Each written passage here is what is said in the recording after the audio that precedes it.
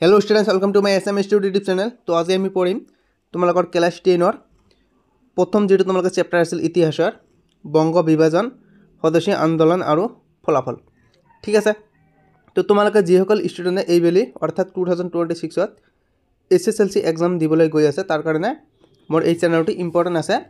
तुम्हारे जो एतियाলৈকে चैनलটো सबसक्राइब কৰা নাই सबसक्राइब কৰি লোৱা, कारण मैं এই चैनलत डेली तुम्हारे MCQ क्वेश्चन आलोचना कराई दिम चैप्टार वाइज। ठीक है, आज मैं तुम्हारे इतिहास विषय प्रथम चैप्टार जीवर MCQ क्वेश्चन आछे 50टा टप 50टा MCQ क्वेश्चन आछे मैं तुम्हारे भालदरे आलोचना कराई दिम। ठीक है, तो तुम्हारे इतना प्रथम क्वेश्चन दिसे बंग विभाजन भाइसरय देश दी आछे देशर शासनकालत संगठित होइसिल। इतना तुम्हारे 4टा ऑप्शन दिसे Lord Minto, option number B दिसे Lord Mountbatten, option number C दिसे लॉर्ड नेथानियल कार्जन और ऑप्शन नम्बर डी दिसे लॉर्ड आरउइन। ठीक है, तुम्हारे इतना शुद्ध उत्तर है option number C Lord Nathaniel Curzon. तुम्हारे ये क्वेश्चन भालदरे चाबा तुम्हारे ये चैप्टार एबार MCQर तुम्हारे 2026 अर्थात SSLC एग्जाम तुम्हारे कमन पड़ब। ठीक है, तुम्हारे 2 नम्बर क्वेश्चन दिसे ढाका चट्टग्राम और राजशाही এই তিনিটা সম্মণ্ডলৰ সৰ্বমুঠ देश एलेका অসমৰ লগত সংলগ্ন কৰি পূৰ্ববংগ আৰু অসম নামৰ প্ৰদেশখন গঠন কৰা হৈছিল। ইয়াতে তোমালোকৰ 4টা অপশন দিয়া আছে, তোমালোকে অপশন কেইটা পঢ়ি ল'বা। তোমালোকৰ ইয়াতে শুদ্ধ উত্তৰ হৈছে অপশন নম্বৰ বি। ঠিক আছে, তোমালোকে শুদ্ধ উত্তৰটো ইয়াৰ পৰা চাই ল'বা। তোমালোকক 3 নম্বৰ কোৱেশ্চন দিছে পূৰ্ববংগ আৰু অসম নামৰ প্ৰদেশখনৰ ৰাজধানী স্থাপন কৰা হৈছিল, ক'ত স্থাপন কৰা হৈছিল? অপশন নম্বৰ এ দিছে শ্বিলঙত, অপশন নম্বৰ বি দিছে গুৱাহাটীত, ऑप्शन नम्बर सी दिसे तुम्हारे ढाकात और ऑप्शन नम्बर डी दिसे एटाও নহয়। तुम्हारे यार शुद्ध उत्तर है ऑप्शन नम्बर सी ढाकात। ठीक है, तार पिছত तुम्हारे क्वेश्चन नम्बर 4 दिसे भारतीय जातीयतावादर प्राणकेन्द्र বুলি কোন ঠাইক অভিহিত কৰা হয়? Most important question. Option number A दिसे बंग प्रदेशक, ऑप्शन नम्बर बी दिसे दिल्लीक, ऑप्शन नम्बर सी दिसे पोरबंदरक, ऑप्शन नम्बर सी दिसे एटाও নহয়। तुम्हारे इतना शुद्ध उत्तर है ऑप्शन नम्बर ए बंग प्रदेश। ठीक है, अर्थात आज ये पश्चिम बंग। तुम्हारे क्वेश्चन नम्बर 5 दी आछे इयाते जे 1905 ख्रीष्टाब्दर तारीखे बंग विभाजन कार्यकरी है। 1905 ख्रीष्टाब्दर कौन तारीखे बंग विभाजन कार्यकरी करा होइसिल? तुम्हारे इयाते ऑप्शन नम्बर ए दी आछे 26 জানুয়ারি, ऑप्शन नम्बर बी दी आछे 16 अक्टोबर, ऑप्शन नम्बर सी दी 15 আগস্ট और ऑप्शन नम्बर डी दी ऊपर एटाও নহয়। तुम्हारे इयाते शुद्ध उत्तर है ऑप्शन नम्बर बी 16 अक्टोबर। ठीक है, तार पिছত तुम्हारे क्वेश्चन नम्बर 6 दिसे तुम्हारे इयाते विदेशी पण्य बर्जन प्रस्ताव ग्रहण करा होइसिल केতিয়া? ऑप्शन नम्बर ए दी आछे, ऑप्शन नम्बर बी दी आछे, ऑप्शन नम्बर सी दिसे, ऑप्शन नम्बर डी दी आछे। तुम्हारे इयाते शुद्ध उत्तर है ऑप्शन नम्बर तुम्हारे ए 1905 ख्रीष्टाब्दर 7 আগস্ট तारीखे। ठीक है, ऑप्शन नम्बर ए तुम्हारे चाई लोৱা। तुम्हारे चैनल सबसक्राइब कर दिबा, मैं तुम्हारे डेली तुम्हारे MCQ क्वेश्चन चैप्टार वाइज आलोचना कराई दिम। तुम्हारे जो एकेबारे सकलोबर क्वेश्चन पढ़िबले जा तुम्हारे टाइम लगिब और पाजल लगिब, সেইকাৰণে तुम्हारे डेली এটা मैं भिडिओ आपलोड करिम। तुम्हारे डेली भिडिओ चाई लबा, टाइमो कम लगिब, तुम्हारे हो যাব क्लियर हो যাব। क्वेश्चन नम्बर 7 दी आछे स्वदेशी आंदोलনৰ সময়ছোৱাত যুগান্তৰ নামৰ সংবাদপত্ৰখন সম্পাদনা কৰিছিল। ऑप्शन नम्बर ए दी आछे Girish Ghosh, option number B दिसे Bhupendranath Dutta, option number C दी आछे अमितलाल बसु और ऑप्शन नम्बर डी दिसे तुम्हारे अमरेन्द्रनाथ दत्त। तुम्हारे इतना शुद्ध उत्तर है option number B Bhupendranath Dutt. ठीक है, तुम्हारे क्वेश्चन नम्बर 8 दिसे इते बंगदेशत जातीय शिक्षा परिषद नाমৰ অনুষ্ঠানটো কেতিয়া गठन करा होइसिल? ऑप्शन नम्बर ए दी आछे 1902 চনৰ 5 আগষ্টত, ऑप्शन नम्बर बी दी आछे 1903 চনৰ 26 আগষ্টত, ऑप्शन नम्बर सी दिसे 1904 চনৰ 15 আগষ্টত और ऑप्शन नम्बर सी दिसे 1904 চনৰ 15 আগষ্টত और ऑप्शन नम्बर डी दिसे तुम्हारे 1906 চনৰ 11 मार्चत। तुम्हारे इतना शुद्ध उत्तर है ऑप्शन नम्बर डी 1906 চনৰ 11 मार्चत। ठीक है, मैं तुम्हारे এইবাৰ क्वेश्चन किताबत पढ़ी सकलोबर क्वेश्चन MCQ आकार दी आছো। तुम्हारे और किताबर भितरत MCQ क्वेश्चन पढ़िब नालागे যদি তোমালোকে मोर भिडिओ सम्पूर्णকৈ देखिबा बा देखिছা। ऑप्शन क्वेश्चन नम्बर 9 दी आछे बेंगल केमिकल्स नाমৰ उद्योग प्रतिष्ठानটোৰ प्रधान उद्योक्ता कौन आछिल? Most important question. Option number A दी आछे Jamshedji Tata, option number B দিছে Acharya Prafulla Ray, option number C দিছে নীলৰতন চৰকাৰ আৰু অপশ্যন নম্বৰ ডি দিছে ভূপেন্দ্ৰ নাথ দত্ত। তোমালোকৰ ইয়াতে শুদ্ধ উত্তৰ হৈছে অপশ্যন নম্বৰ বি আচাৰ্য প্ৰফুল্ল ৰায়। কুৱেশ্যন নম্বৰ 10 দিছে তোমালোকক বংগলক্ষী কটন মিল নামৰ উদ্যোগ প্ৰতিষ্ঠানটোৰ প্ৰধান উদ্যোক্তাগৰাকী কোন আছিল? অপশ্যন নম্বৰ এ দি আছে, বি দি আছে, চি দি আছে আৰু ডি দি আছে। তোমালোকৰ ইয়াতে শুদ্ধ উত্তৰ হৈছে অপশ্যন নম্বৰ চি নীলৰতন চৰকাৰ। ঠিক আছে। কুৱেশ্যন নম্বৰ 11 দিছে তোমালোকক কাৰ পৌৰোহিত্যত অনুষ্ঠিত জাতীয় কংগ্ৰেছৰ অধিৱেশনে ভাৰতীয়ৰ বাবে স্বৰাজ বিচাৰি প্ৰস্তাৱ গ্ৰহণ কৰিছিল? Most important question. Option number A দিছে তোমালোকক Dadabhai Naoroji, option number B দিছে Bipin Chandra Pal, option number C দিছে গোপাল কৃষ্ণ গোখলে আৰু অপশ্যন নম্বৰ ডি দিছে লালা লাজপত ৰায়। তোমালোকৰ ইয়াতে শুদ্ধ উত্তৰ হৈছে অপশ্যন নম্বৰ এ দাদাভাই নৰজি। কুৱেশ্যন নম্বৰ 12 দিছে তোমালোকক বন্দিনী ভাৰত নামৰ নাটকখনৰ ৰচক কোন? Most important question. Option number A দি আছে, বি দি আছে, চি দি আছে, ডি দি আছে। তোমালোকৰ ইয়াত শুদ্ধ উত্তৰ হৈছে অপশ্যন নম্বৰ বি অম্বিকাগিৰি ৰায় চৌধুৰী। কুৱেশ্যন নম্বৰ 13 দিছে তোমালোকক বংগ বিভাজনক কেন্দ্ৰ কৰি কেতিয়া জাতীয় কংগ্ৰেছৰ মাজত বিভাজন ঘটিছিল? Most important question.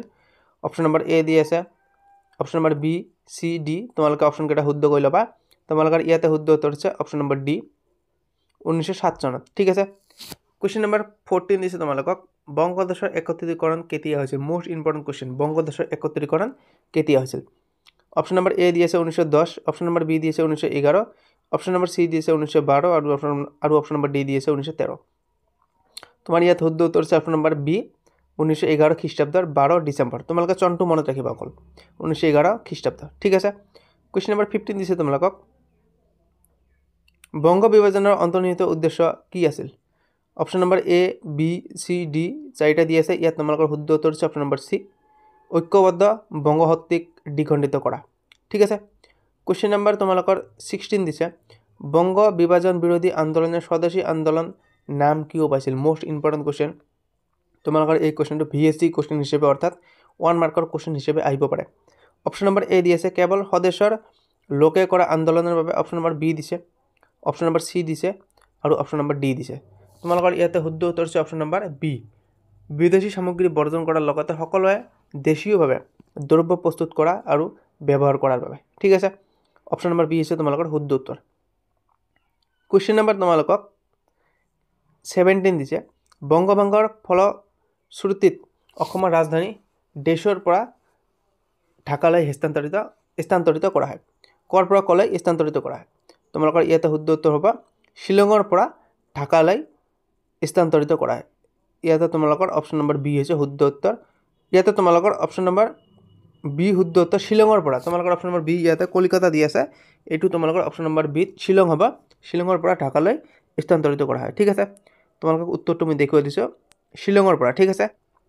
Question number 18 দি আছে কুৱেশ্যন নম্বৰ 23 তাৰিখে দিল্লীত অনুষ্ঠিত ৰাজ অভিষেক অনুষ্ঠানত কৰা ঘোষণা মৰ্মে বংগদেশ পুনৰ একত্ৰীকৰণ হয়।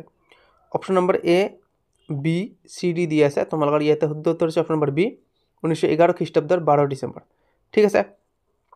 কুৱেশ্যন নম্বৰ তোমালোকক 19 দি আছে 1911 খ্ৰীষ্টাব্দৰ 12 ডিচেম্বৰ তাৰিখে দিল্লীত অনুষ্ঠিত ৰাজ অভিষেক অনুষ্ঠানত কৰা ঘোষণা মৰ্মে অসম প্ৰদেশৰ ৰাজধানী দেশলৈ স্থানান্তৰিত কৰা হয়। ইয়াত তোমালোকৰ শুদ্ধ উত্তৰ হৈছে অপশ্যন নম্বৰ চি শ্বিলংলৈ স্থানান্তৰিত কৰা হয়। ঠিক আছে। মই উত্তৰটো তোমালোকক দেখুৱাই দিছোঁ স্ক্ৰীনত। কুৱেশ্যন নম্বৰ 20 দিছে চিপাহী বিদ্ৰোহ সংঘটিত হয়। Most important question. তোমালোকক এই কুৱেশ্যনটো আজীৱন গোটেই জীৱন যেতিয়ালৈকে বাচি থাকিবা, গোটেই জীৱন তোমালোকক লাগিব যেতিয়ালৈকে জীয়াই থাকিবা। ইয়াৰ শুদ্ধ উত্তৰ হৈছে অপশ্যন নম্বৰ চি আৰু তোমালোকৰ পলাচী যুদ্ধ হৈছে 1757 খ্ৰীষ্টাব্দত। ঠিক আছে। কুৱেশ্যন নম্বৰ তোমালোকৰ 21 দিছে দেশক ভাৰতীয় ৰাজনৈতিক ইতিহাসৰ দ্বিতীয়টো উল্লেখনীয় ঘটনা বুলি ক'ব পাৰি কোনটোক? অপশ্যন নম্বৰ এ দি আছে চিপাহী বিদ্ৰোহ, অপশ্যন নম্বৰ বি দি আছে জালিয়ানৱালাবাগৰ হত্যাকাণ্ড, অপশ্যন নম্বৰ চি দিছে কংগ্ৰেছ মুছলিম লীগৰ সংঘাত আৰু অপশ্যন নম্বৰ ডি দিছে বংগ বিভাজন। ঠিক আছে। ইয়াতে তোমালোকৰ শুদ্ধ উত্তৰ হৈছে অপশ্যন নম্বৰ ডি বংগ বিভাজন। কুৱেশ্যন নম্বৰ 22 দিছে মোগল সম্ৰাট শ্বাহ আলম আৰু ৰবাৰ্ট ক্লাইভৰ মাজত সম্পন্ন হোৱা কি সন্ধিৰ যোগেদি ইষ্ট ইণ্ডিয়া কোম্পানীয়ে বংগৰ লগতে বিহাৰ আৰু উৰিষ্যাৰ ওপৰতো ৰাজনৈতিক কৃতিত্ব লাভ কৰে? ইয়াতে তোমালোকৰ শুদ্ধ উত্তৰ হৈছে অপশ্যন নম্বৰ চি এলাহাবাদ সন্ধিৰ। ঠিক আছে। 92 সন্ধি দি আছে, ভাৰ্চাই সন্ধি দি আছে আৰু এলাহাবাদ দি আছে। তোমালোকৰ শুদ্ধ উত্তৰ হৈছে অপশ্যন নম্বৰ চি এলাহাবাদ সন্ধি। তোমালোকে চেনেলটো ছাবস্ক্ৰাইব কৰি লোৱা দেই, মই অনুগ্ৰহ কৰি কৈছোঁ, কাৰণ এটা ভিডিঅ' বনোৱাত বহুত কষ্ট হয়। তোমালোকে চেনেলটো ছাবস্ক্ৰাইব কৰি ল'বা, ঠিক আছে। এটাই তোমালোকৰ ওপৰত অনুৰোধ। তোমালোকক ইয়াৰ পিছত কুৱেশ্যন নম্বৰ 23 দিছে, ইংলেণ্ডত চৰকাৰে নিয়ন্ত্ৰণকাৰী আইন প্ৰৱৰ্তন কৰে। অপশ্যন নম্বৰ এ দি আছে, অপশ্যন নম্বৰ বি দি আছে, চি দি আছে আৰু ডি দি আছে। তোমালোকৰ ইয়াতে শুদ্ধ উত্তৰ হৈছে তোমালোকৰ ইয়াতে শুদ্ধ উত্তৰ দি আছে option number C. Question number 24 দি আছে, হোৱাৰ পিছত ইষ্ট ইণ্ডিয়া কোম্পানী 3টা ঘাই শাসন কেন্দ্ৰত পৰিণত হৈছিল, কি হোৱাৰ ফলত? অপশ্যন নম্বৰ বি দি আছে, চি দি আছে আৰু ডি দি আছে। ইয়াতে তোমালোকৰ শুদ্ধ উত্তৰ হৈছে option number B. Kolkata, Mumbai আৰু মাদ্ৰাছ হোৱাৰ পিছত ইষ্ট ইণ্ডিয়া কোম্পানী 3টা ঘাই শাসন কেন্দ্ৰত পৰিণত হৈছিল। কুৱেশ্যন নম্বৰ তোমালোকক 25 দি আছে,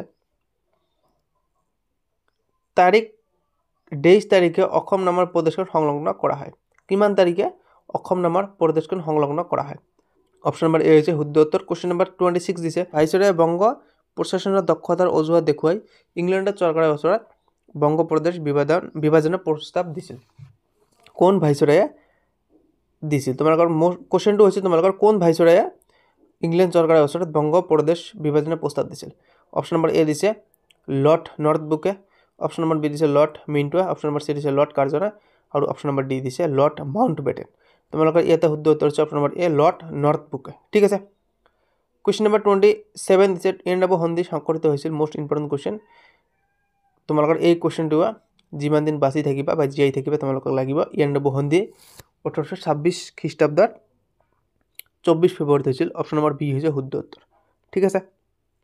কুৱেশ্যন নম্বৰ 28 দিছে, দেশত লৰ্ড কাৰ্জনে বংগভংগৰ প্ৰস্তাৱটো অনুমোদনৰ কাৰণে লণ্ডনস্থিত ভাৰত সচিবালয় প্ৰেৰণ কৰে।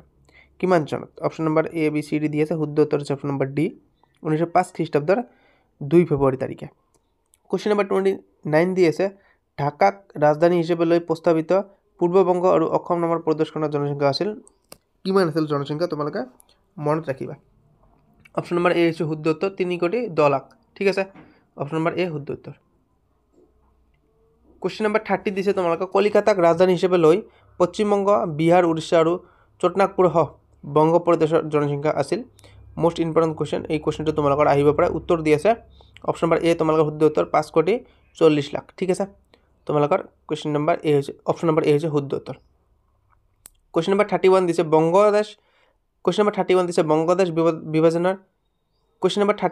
বংগদেশ বিভাজনৰ সময়ত তীব্ৰ আন্দোলনৰ সৃষ্টিকাৰী বংগ সৰ্বনাশ নামৰ নিবন্ধটো কোনখন পত্ৰিকাত প্ৰকাশ হৈছিল? Most important question.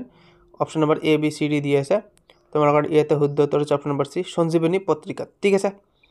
Question number 32 দি আছে, প্ৰস্তাৱিত বংগদেশ বিভাজনৰ বিৰুদ্ধাচৰণ কৰাৰ উদ্দেশ্যে প্ৰথমখন প্ৰতিবাদী সভা অনুষ্ঠিত হৈছিল। Option number A B C D 4টা দি আছে। ইয়াৰে তোমালোকৰ শুদ্ধ উত্তৰ হৈছে অপশ্যন নম্বৰ এ, 1905 খ্ৰীষ্টাব্দৰ 14 জুলাইত খুলনাত, ঠিক আছে। ঠাইটো মনত ৰাখিবা, খুলনা। কুৱেশ্যন নম্বৰ তোমালোকৰ ইয়াৰ পিছত 33 দি আছে, হে বংগ জননী স্বৰ্ণ প্রসবনী শিখেছি সবাই করিতে ভাবনা, বিলাতী পোশাকে আর সাজিব না, বিলাতী আহার বিলাতী আচার তেজিত করিব, গীতটি কার রচনা? Most important question. Option number A দি আছে মুকুন্দ দাসৰ, বি দি আছে সুৰেন্দ্ৰনাথ বন্দ্যোপাধ্যায়, চি দি আছে ৰবীন্দ্ৰনাথ ঠাকুৰ আৰু ডি দি আছে এটা নাই। তোমালোকৰ ইয়াতে শুদ্ধ উত্তৰ হৈছে অপশ্যন নম্বৰ এ মুকুন্দ দাসৰ। কুৱেশ্যন নম্বৰ 34 দি আছে বংগবাসীয়ে জাতীয় শোক দিৱস পালন কৰিছিল। মোস্ট ইম্পৰ্টেণ্ট কুৱেশ্যন, বংগবাসীয়ে জাতীয় শোক দিৱস কিমান তাৰিখে পালন কৰিছিল? 4টা অপশ্যন দি আছে। তোমালোকৰ শুদ্ধ উত্তৰ হৈছে অপশ্যন নম্বৰ এ 1905 খ্ৰীষ্টাব্দৰ 16 অক্টোবৰত। কুৱেশ্যন নম্বৰ 35 দিছে তোমালোকক, কাৰ নেতৃত্বত ছাত্ৰ সংসদ গঠন হৈছিল? অপশ্যন নম্বৰ এ দি আছে ৰবীন্দ্ৰনাথ ঠাকুৰ, বি দি আছে সুৰেন্দ্ৰনাথ বন্দ্যোপাধ্যায়, চি দি আছে বঙ্কিমচন্দ্ৰ চট্টোপাধ্যায় আৰু ডি দি আছে আনন্দমোহন বসুৰ। কুৱেশ্যন নম্বৰ বি হৈছে শুদ্ধ, অপশ্যন নম্বৰ বি হৈছে ইয়াৰ শুদ্ধ উত্তৰ সুৰেন্দ্ৰনাথ বন্দ্যোপাধ্যায়, ঠিক আছে। তাৰপিছত তোমালোকক কুৱেশ্যন নম্বৰ 36 দিছে, বাঙালীৰ প্ৰাণ বাঙালীৰ মন এক হওক হে ভগৱান, গীতটি কাৰ?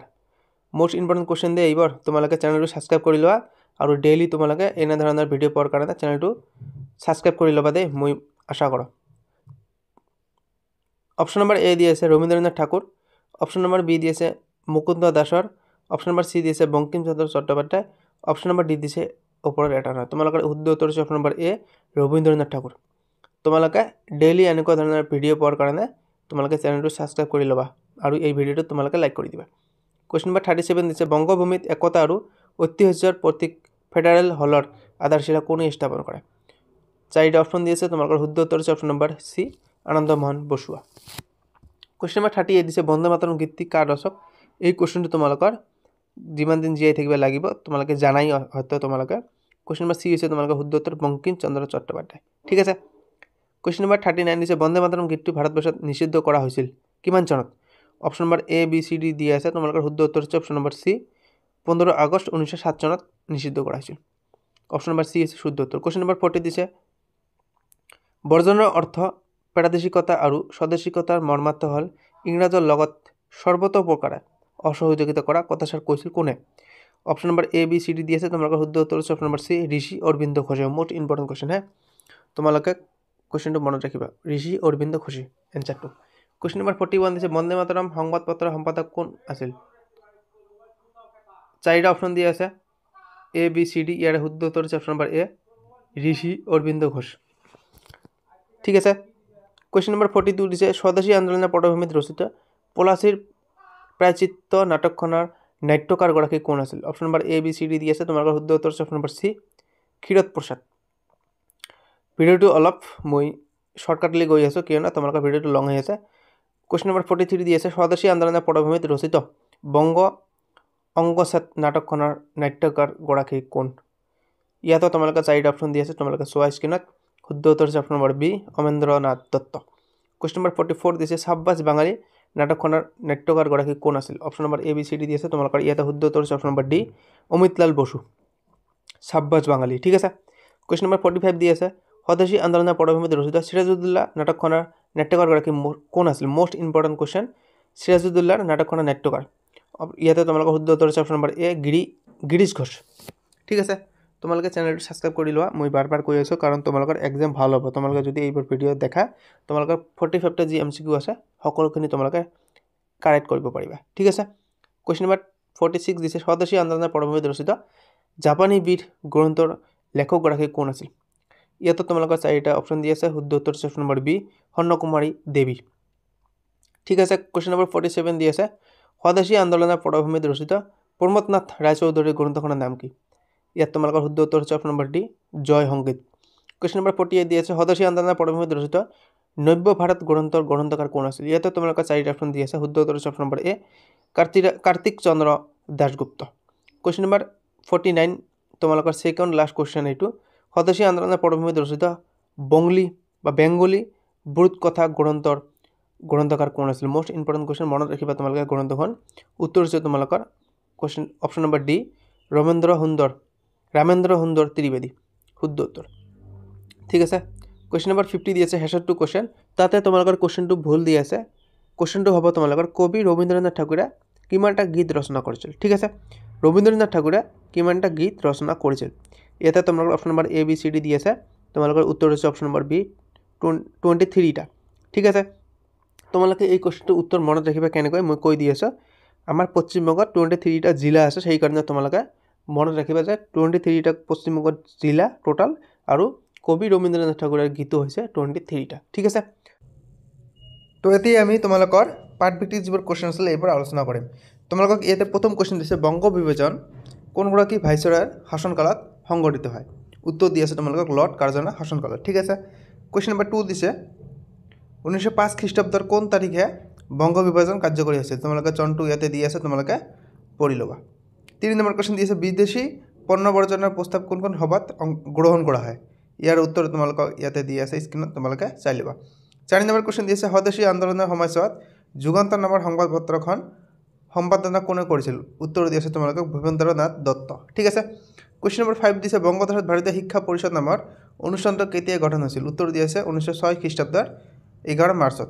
কুৱেশ্যন নম্বৰ 6 দিছে বেংগল কেমিকেল নামৰ উদ্যোগ প্ৰতিষ্ঠানটোৰ প্ৰধান উদ্যোক্তা কোন আছিল? উত্তৰ দি আছে আচাৰ্য প্ৰফুল্ল চন্দ্ৰ ৰায়। ঠিক আছে। কুৱেশ্যন নম্বৰ 7 দি আছে কাৰ পৌৰোহিত্যত অনুষ্ঠিত জাতীয় কংগ্ৰেছৰ অধিৱেশনে ভাৰতীয়ৰ বাবে স্বৰাজ বিচাৰি প্ৰস্তাৱ গ্ৰহণ কৰিছিল? উত্তৰ দি আছে দাদাভাই নৰজীৰ পৌৰোহিত্যত। ঠিক আছে। তোমালোকে উত্তৰটো ভালদৰে পঢ়ি ল'বা। কুৱেশ্যন নম্বৰ 8 দিছে তোমালোকক বংগদেশৰ একত্ৰীকৰণ কেতিয়া হৈছিল? মোষ্ট ইম্পৰ্টেণ্ট কুৱেশ্যন, উত্তৰ দি আছে 1911 চনৰ 12 ডিসেম্বৰত ঠিক আছে ইয়াৰ পিছত তোমালোকক চমু উত্তৰৰ প্ৰশ্ন দিছে প্ৰথম কোৱেশ্চন দি আছে তোমালোকক কোৱেশ্চন পঢ়িবা আৰু উত্তৰ পঢ়িবা মই তোমালোকক শৰ্টকাটলি কৰি দিছো কাৰণ তোমালোকৰ ভিডিওটো লং হৈ গৈ আছে ঠিক আছে তোমালোকৰ ইয়াতে কোৱেশ্চন নম্বৰ 1 দিছে তোমালোকে তাৰ উত্তৰ পঢ়ি লবা কোৱেশ্চন নম্বৰ 2 দিছে বংগ বিভাজনৰ অন্তৰ্নিহিত উদ্দেশ্য কি আছিল চমুকৈ লিখা ইয়াত তোমালোকৰ উদ্দেশ্য দি আছে তোমালোকে পঢ়ি লবা ঠিক আছে মই তোমালোকক স্ক্ৰীনত শেয়াৰ কৰি আছো কোৱেশ্চন নম্বৰ 3 দি আছে তোমালোকক 3 নম্বৰ কোৱেশ্চন দিছে বংগ বিভাজন বিৰোধী আন্দোলনে স্বদেশী আন্দোলনৰ নাম কি হৈছিল চমুকৈ লিখা উত্তৰ দি আছে তোমালোকক মই তোমালোকক স্ক্ৰীনত শেয়াৰ কৰি দি আছে তোমালোকে পঢ়ি লবা কোৱেশ্চন নম্বৰ 4 দিছে স্বদেশী আন্দোলনে জাতীয় শিক্ষালৈ আগবঢ়া বৰঙণিৰ বিষয়ে আলোচনা কৰা উত্তৰ দি আছে তোমালোকে ইয়াৰ পৰা চাই লবা ঠিক আছে তোমালোকে যদি এতিয়ালৈকে চেনেলটো সাবস্ক্ৰাইব কৰা নাই সাবস্ক্ৰাইব কৰি লবা আৰু ভিডিওটো লাইক কৰি দিবা ঠিক আছে এইবাৰ তোমালোকে চাই লবা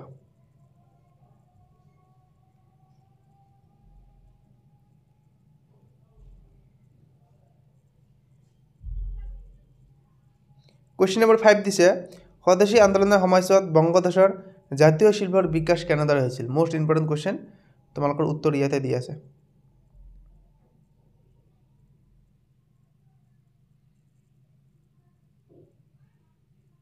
ঠিক আছে তোমালোকে ইয়াৰ পৰা চাই লবা ঠিক আছে তোমালোকে ইয়াৰ পৰা চাই লবা কোৱেশ্চন নম্বৰ 6 দিছে তোমালোকক স্বদেশী আন্দোলন দমন কৰাৰ উদ্দেশ্য ব্ৰিটিছ চৰকাৰে কি আন্দোলন বিৰোধী কাৰ্যসূচী গ্ৰহণ কৰিছিল তোমালোকৰ উত্তৰ ইয়াতে দি আছে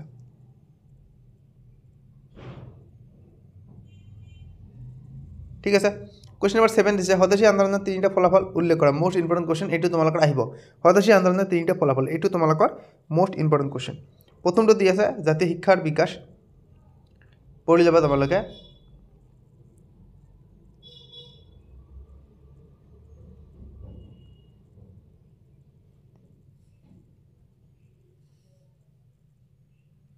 তোমালোকক দ্বিতীয়টো দি আছে জাতীয় শিল্পৰ বিকাশ অলপকৈ লিখিবা তোমালোকে ইমান ডাঙৰকৈ লিখিব নালাগে তোমালোকে অলপকৈ লিখিবা ঠিক আছে আৰু তোমালোকৰ তৃতীয়টো দি আছে ইয়াতে তোমালোকে ইমান ডাঙৰকৈ লিখিব নালাগে সৰুকৈ লিখিবা তৃতীয়টো তোমালোকৰ ইয়াতে দি আছে স্বদেশী আন্দোলনত মহিলাসকলৰ সবল ভূমিকা মোস্ট ইম্পৰ্টেন্ট টপিক হয় তোমালোকৰ তোমালোকে এইটো পঢ়িবা কোৱেশ্চন নম্বৰ 8 দি আছে তোমালোকৰ স্বদেশী আন্দোলনৰ তিনিটা অৱদান উল্লেখ কৰা অৱদান তিনিটা লিখিব গৈছে এইটো তোমালোকৰ মোস্ট ইম্পৰ্টেন্ট তোমালোকৰ তিনিটা অৱদান দি আছে প্ৰথমটো এইটো দ্বিতীয়টো এইটো আৰু তৃতীয়টো এইটো চমুটোকা লিখিবলৈ কৈছে কবিগুৰু ৰবীন্দ্ৰনাথ ঠাকুৰ তোমালোকৰ ইয়াতে চমুটোকা দি আছে 5 মাৰ্কছৰ কাৰণে তোমালোকে লিখিবা অলপকৈ লিখিলে হৈ গল ঠিক আছে ইখিনি লিখিলে হৈ গল বাকিবোৰ তোমালোকক মই দেখুৱাই দিছে লিখিলে লিখিবা না লিখিলে নাই তাৰ পিছত তোমালোকক খ নম্বৰ ইয়াৰ পিছত তোমালোকক দ্বিতীয়টো চমুটোকা দিছে মাৰ্গাৰেট এলিজাবেথ নবল ভগিনী নিবেদিতা ঠিক আছে ভগিনী নিবেদিতা ইয়াৰ তোমালোকক চমুটোকা দি আছে